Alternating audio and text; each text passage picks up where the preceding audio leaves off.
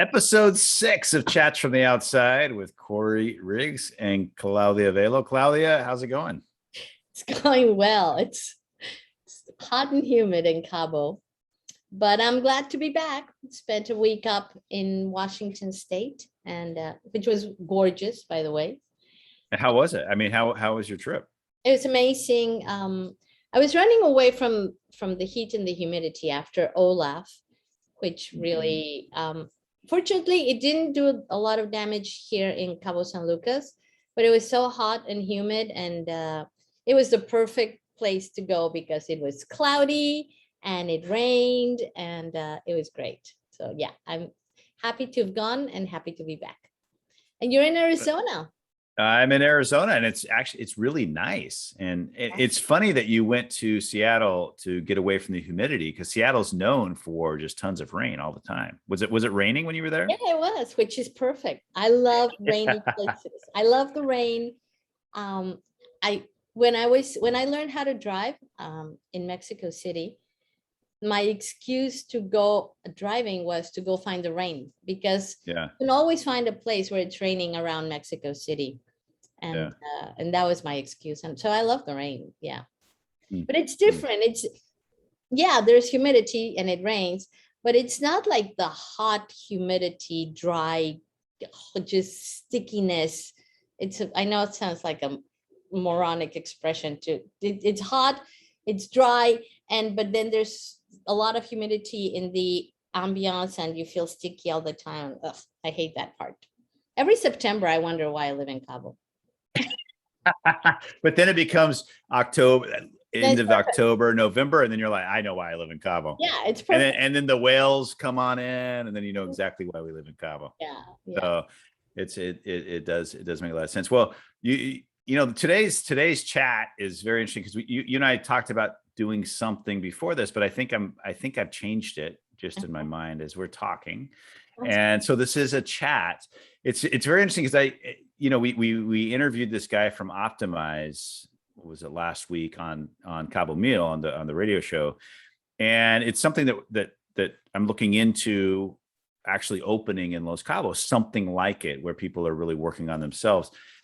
The thing that's interesting to talk about is I think I've shared with you that I've been doing cold plunges now since probably August 1st.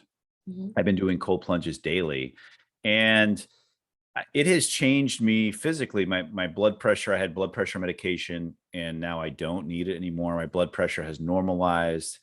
I feel so much energy inside, but it's not just physical. It's really mental, emotional, and I think what's interesting about that is what's going on in the world right now. You and I, when this first started, we've been kind of fighting against, oh my gosh, we don't believe in the mask, or we don't believe in the vaccine, or we don't believe in this or that. And that fight is not working. It's not what happens. And so what we can do is work on ourselves, and not only for immunity from what's ostensibly going on with this pandemic, but from emotional, having emotional immunity and spiritual and all these things that allows you to be in the moment. Because the only way out of this, and when I say out of this, whether you think it's the pandemic of a virus or pandemic of fear, which I go towards the latter, is to really be a light for those around you without hitting people over the head. And I think this working on yourself. And so I wanted to share that, Claudia, because it's something that, when we first started, oh, what's going on in the world right now? Let's talk about that. But it's just blah. It doesn't feel right, because you and I are in a vibration right now where that conversation didn't feel right. Exactly. And it once you start working on yourself, whether it's through exercise or changing nutrition or meditation or whatever it is, you realize that all that outside noise kind of like starts turning into white noise, and it's still there and you're aware of it, but it doesn't have to be all consuming. It doesn't have to be the reason for your everyday waking up worried and angry and and creating animosity between people. So I completely agree, and I'm glad you changed the topic because because yes, there is no need for the constant fear, number one, and for the constant anger, which is a lot of what you notice once you start removing yourself from the argument. You realize, why are people getting so angry? And then they're getting angry among friends. It's like, no, stay friends. In families. And In family. families. Yeah, yeah. And it's not right. And the media, unfortunately, we've created this media. When I say we, all humankind has created this. Where we are right now, we've all created it. And so we're all responsible. And we're the only ones responsible to get us out of it. And so this media that we've created, they live on fear. That's what they consume to stay alive. And some governments have jumped on the bandwagon. Most, maybe I should say, but a lot of governments have jumped on the same bandwagon. There's some really bright spots out there. I mean, I don't know if you've heard the president of Croatia speak lately, but it's like, wow, he's saying these incredible things. But it's all about getting out of the fear. He even brings this up. So Google the president of Croatia and listen to what he says. And it's pretty incredible because he also talks about, hey, this is fear-based. And for all of us, the anger that we feel, whenever we feel anger come up inside, whenever we feel, it's because of fear. And you and I we had a whole radio show about fear. Yeah.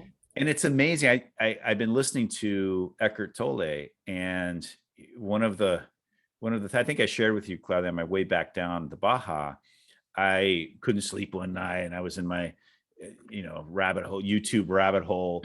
And I came across Eckhart Tolle speaking, and I'm so happy I clicked on it because he was speaking to conservative journalist Dave Rubin that asked him a question. What's the biggest danger for humanity? And he said it's mass psychosis, it's mass fear. And he says, that's what we're seeing right now. And it made me get his Audible of The Power of Now. And I highly recommend that to everyone. No matter if you've read it before, listened to it before, listen to it, because the truth is you grow in life, and you could have read a book a long time ago, and now it's going to hit you totally differently what he says. But every word he says in there holds power and energy, and it vibrates on a higher vibration. You can just feel it. Yeah. And it's made all the difference. It's huge. Absolutely. And the fact that it's in tune with a lot of the Eastern philosophies. You have to become a non-reactive witness and maintain your vibration. Stay where you are. Stay in a calm and centered space where you are kind of like protected from all the outside noise. That's the key. And it's not easy because there is a lot of noise.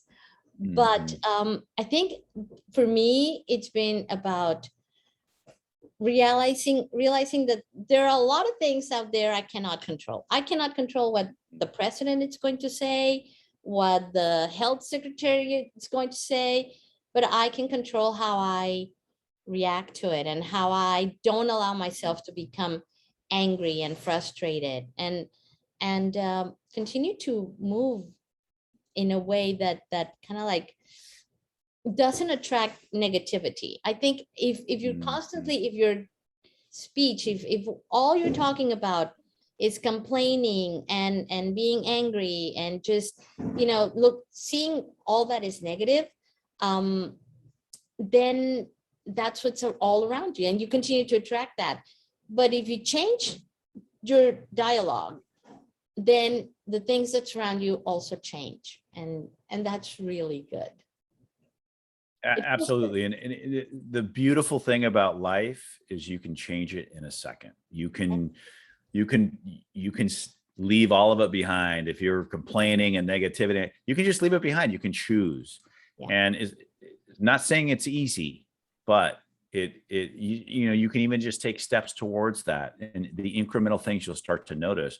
But you have to get quiet, and you have to feel it inside, because nothing on the outside is going to make a difference in your life. it's have you made peace on the inside? And that's what Viktor Frankl talks about in his book. Yeah. And it's what Eckhart Tolle, it's what all the great teachers that I've had in my life that I've been able to read. It's really what Jesus said in Christianity too. And Eckhart Tolle talks a lot about this, is he's talking about that inner enlightenment. I mean, Jesus was crucified and he had to accept that. Can you imagine the physical pain that he was going through at that moment? But he accepted it with peace. And guess what? He was resurrected. And the thing is, whether you believe that actually happened physically or whether the crucifixion was actually you accepting the way things are, and then you get resurrected. You're free to of all a that. new life. You're free. And that's what I believe the Bible is about, and about what Jesus was saying. And there's lots of interesting interpretations in that way. And he said we're all God. We are all God. We all have pieces of that in us, and we're all that energy, and we're all one. And it sounds really out there, but we can all see ourselves in other people and animals. We have the same, we're made up of the same things, everything on this earth. Yeah. And the stars come from the same place and the same essence and the same matter. I love that. Like we are stardust. That's what we're made of. And everything is what it is made of. And then I remember there was a comet that was visible here in Baja not that long ago, about less than a year ago.